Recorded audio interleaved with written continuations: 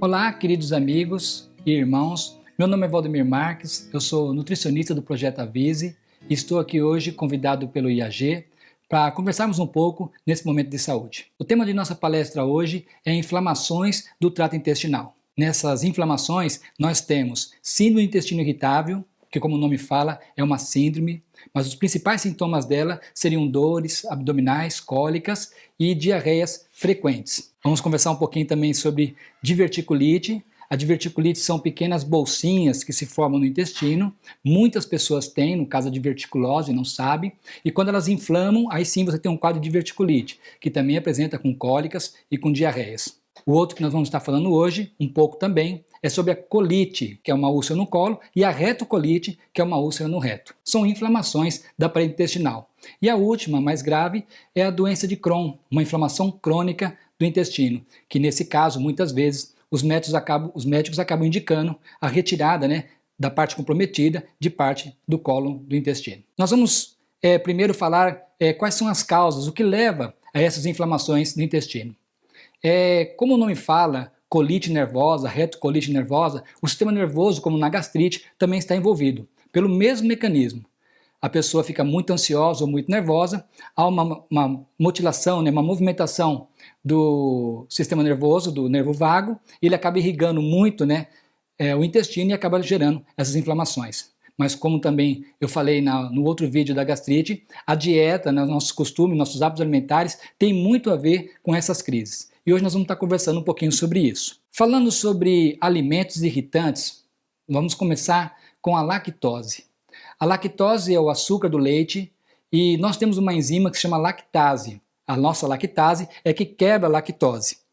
E o que acontece é que, com o passar dos anos, nós vamos perdendo a capacidade de produzir a lactase. E aí o açúcar do leite, a lactose, acaba sendo um fator irritante, acaba causando essas inflamações. Esse é um dos principais motivos. Na verdade, o ser humano é o único mamífero que mama a vida inteira, E pior ainda, acaba mamando de outros animais, tá? A Bíblia fala que o leite é para as crianças e, na verdade, está falando do leite materno. Existe uma diferença entre a lactose animal e a lactose humana no tamanho da molécula.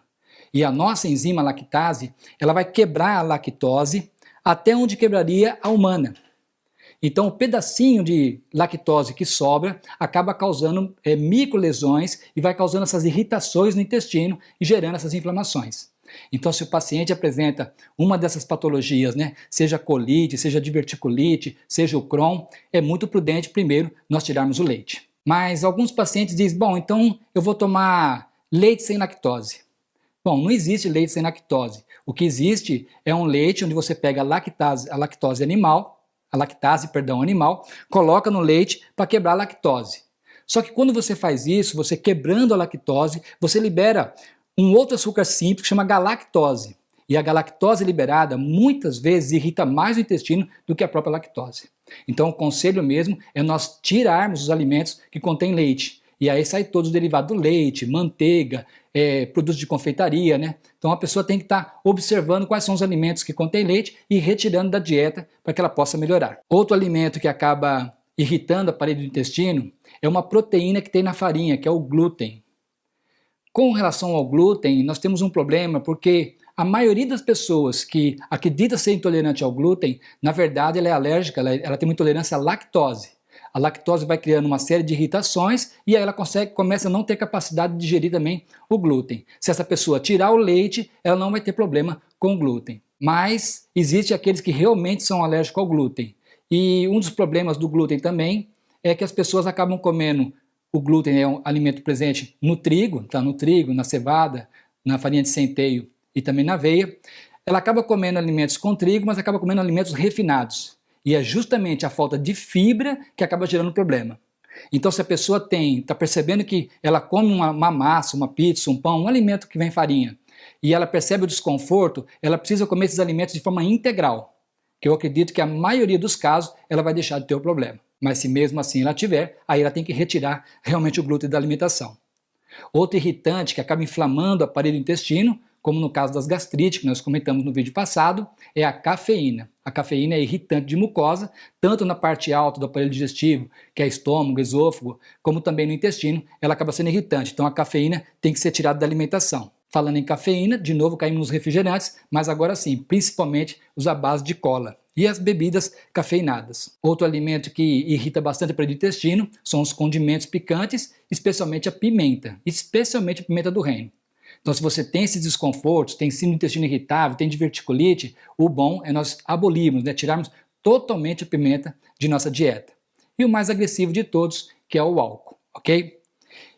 Uma vez que eu tiro esses alimentos, eu já tenho uma grande melhora nos sintomas. Uma vez que eu tirei, não estou usando mais café, não estou tomando mais refrigerante, já tirei o leite da minha alimentação, estou evitando comer alimentos refinados, procurando comer só alimentos integrais, eu já vou ter uma melhora significante nos sintomas. Aí eu preciso começar agora a melhorar a minha alimentação. Primeiro, claro, cereais e integrais, né? Começar a comer o arroz integral para ter um aumento de fibra, as frutas e os legumes, principalmente mesmo pela questão das fibras. As fibras, a celulose, hemicelulose, enfim, todas as fibras, elas não são digeridas por nós, né? Nós comemos a quantidade de fibra, a mesma quantidade que você come, você excreta. Só que quando a fibra passa pelo intestino, ela faz dois papéis. Uma é varredura, ela faz uma limpeza no intestino. O segundo papel é que os bacilos da nossa microbiota, eles acabam comendo a fibra e liberando uma gordurinha, que é um ácido graxo de cadeia média, um triglicérides de cadeia média, e essa gordurinha, esse ácido graxo, ele funciona como um cicatrizante, ele vai cicatrizando o nosso intestino por dentro. Por isso a importância da fibra. A fibra, além de papel de limpeza, muito conhecido papel de limpeza, ela também é regeneradora, ela regenera o aparelho intestino. Então, se você tem essas inflamações, colite, diverticulite, você deve estar usando alimentos integrais. Isso é essencial para que você alcance a cura. Outro alimento importante, aliás, falando em frutas, né? Eu vou citar duas frutas muito importantes, e essas frutas são muito simples, que é o mamão e a banana. Essas frutas, elas contêm um tipo de fibra, um tipo de açúcar, que chama fruto-óligo-sacarídeo, que na verdade são as principais cicatrizantes do aparelho intestinal.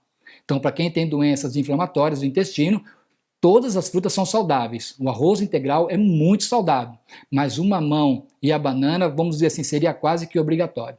Então, abrir o café da manhã com mamão e banana já é o primeiro passo para alcançar a cura. Mas falando um pouco agora de tratamento mesmo, de fitoterápicos, o que se destaca é que quando você tem um caso desse, a primeira coisa que nós precisamos fazer é tirar os desconfortos, tirar os sintomas que o paciente está sentindo. Então você deve fazer um tratamento tomando clorofila de alfafa. Todas as clorofilas são boas, clorofila de agrião, todas as clorofilas são boas, mas a de alfafa é excelência no tratamento de acabar esse desconforto. A alfafa ela desodoriza o intestino por dentro, ela alcaliniza o sangue e ela também limpa o fígado. Então melhora a dinâmica digestiva da pessoa e acaba todos aqueles desconfortos. Uma vez que acabou o desconforto, você começa uma segunda fase do tratamento, já com cicatrizante. E aí nós entramos de novo com a aloe vera. A aloe vera é especialmente indicada para inflamações tanto de gástricas, né, da parte alta, como do intestino delgado, intestino grosso. A babosa realmente é excelência. Então, vamos fazer um tratamento tomando aloe vera. Você pode pensar no tratamento aí de 3 ou 4 meses seguidos tomando aloe vera. Outro que é muito bom é o carvão vegetal. Só que, diferente da babosa, a babosa ela tem uma tendência a soltar um pouco mais o intestino. Então, se o seu intestino já está solto, né, você está tendo problemas com diarreia, né, ele está solto, então você vai tomar a babosa e vai tomar junto o carvão vegetal. O carvão vegetal é rico em lignina e, além de acalmar e também desintoxicar, também fazer esse processo de limpeza, porque o carvão complexo, ele vai se ligando com aquilo que está irritando, se você tem metais pesados irritando o intestino, ele vai se complexando com isso e tirando. A lignina dele atrai água, então ele acaba com a diarreia. Mas por outro lado, se você está bem, sem sintomas, mas está fazendo tratamento, se o teu intestino está funcionando normal, aí não é indicado o carvão, você toma só a babosa, ok? Porque o carvão ele tende a prender um pouquinho, né? Segurar um pouquinho mais o intestino. Uma planta muito indicada também, igual a gastrite, é a espinheira santa, pelo seu ótimo papel anti-inflamatório. Então, babosa, carvão vegetal, espinheira santa, são plantas que são excelência, né? Eu tive um caso... Um dos mais recentes casos que eu tratei foi um primo meu, ele é obeso, e ele tinha um Crohn já bem desenvolvido. Então os médicos chegaram à conclusão que deveriam retirar parte do intestino dele.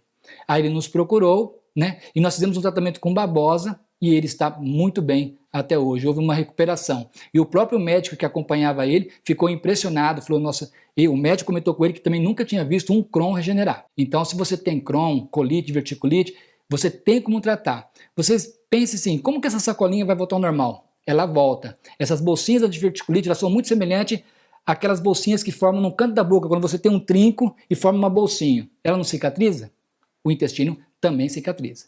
Então, se você fizer uso da babosa, do carvão e da espinheira santa, você vai alcançar um bom resultado. Nos momentos de crise, que você está com dores, com cólica, seria muito indicado você fazer um banho de tronco quente para aliviar as dores. Ao invés de ficar tomando anti-inflamatórios, que vai estar piorando o quadro, você pega uma bacia grande, onde caiba todo o tronco, esquenta uma água até o máximo que você conseguisse, tomando cuidado para não se queimar, e faça um banho de tronco de uns 15 minutos. Depois toma uma ducha fria. Isso é muito bom para aliviar a dor. Quando você não tiver a crise de dor, você está bem fazendo tratamento, aí você vai fazer uma compressa de argila no abdômen, né, pegando a parte baixa do abdômen até o baixo ventre.